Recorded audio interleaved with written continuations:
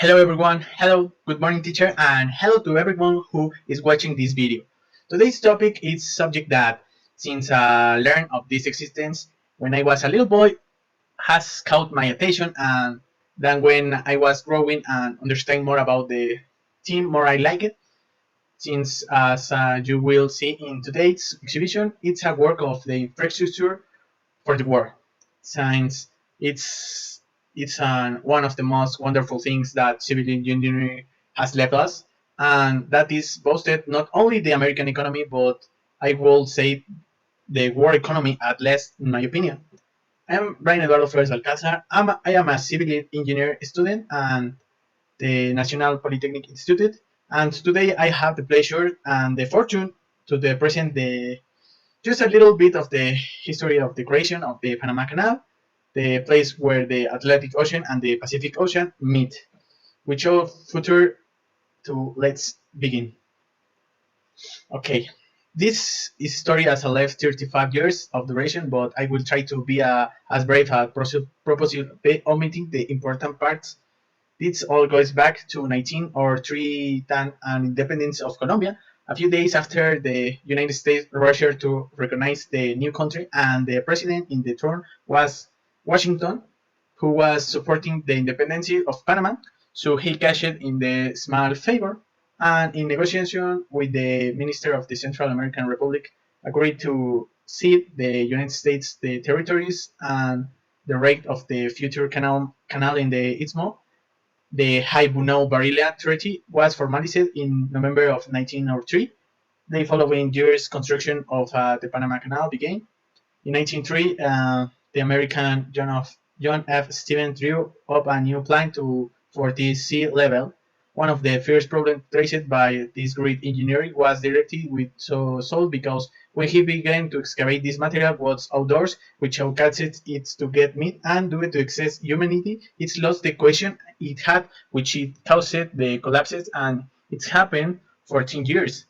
This will cause the workers that we needed about 75,000 workers. Because of those, let's see, 30,000 will lose their lives because of the collapses and the other accidents in the construction. Returning to the history, in 1906, it's changed a little the idea of the original plan, which caused an increase in the cost of the construction. Since it will cost more than $150 million, but by convincing them with the 100 million they were going to save in a considerable time, it was accepted by the United States government, and that time. The construction was divided on little bit in two main parts. One was on the Pacific Ocean side, and we can see in the picture, and we have another side to speak to exit on the Atlantic Ocean, where the same way it was a little bit easier because by gravity is way down to water level, and they both were divided with three channels with three gates. Uh, all this enable to two other very important things: to build the largest artificial lake in the world, and if that was not difficult enough, with it was also build the largest earth dam in the history.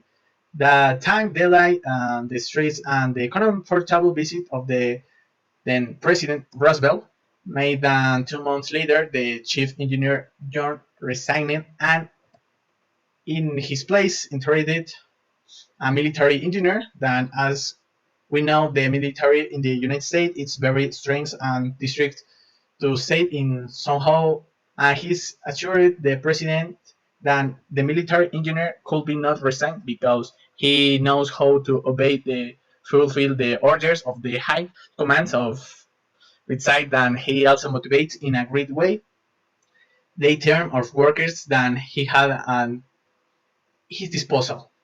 They were running into some delays with the weather, and he come up with a way to motivate them. He come up with a psychology strategy.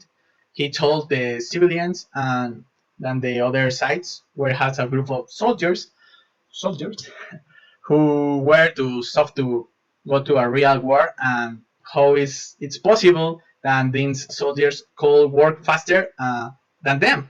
And the other side, to the soldiers, he told them that one of the other side, there were simple workers, and what how it's possible that they could work better and faster than they as military.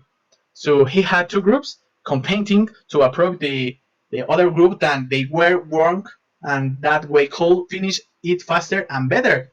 The question will be if I hadn't motivated them that way, they still would have finished it in that good time, and I think now I didn't help their motivation. So for me, the incorporation of the military engineer George Washington, yes, it's George Washington, was a great decision. The Panama Canal was officially inaugurated in August 1914 after the outbreak of the First World War. The Panama ship Ancon was the first across it. So we can say that the Panama Canal was built by the United States government and the engineer George Washington in 1914. At last, the dream of joining the ocean becomes a reality. That's all. Thank you for your attention.